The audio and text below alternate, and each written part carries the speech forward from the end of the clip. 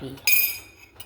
Ang kape ay bawal sa may high blood at may diabetes, may cholesterol.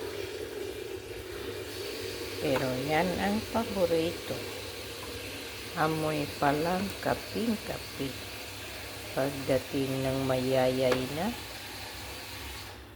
madialysis na, wawa na. Kaya kung kayo mayroon ng symptoms nun, iwasan si kape.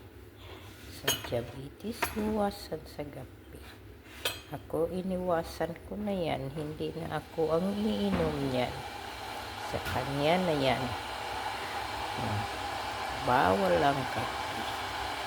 Para sa mga nag-iingat sa katawan. Pero masarap yan.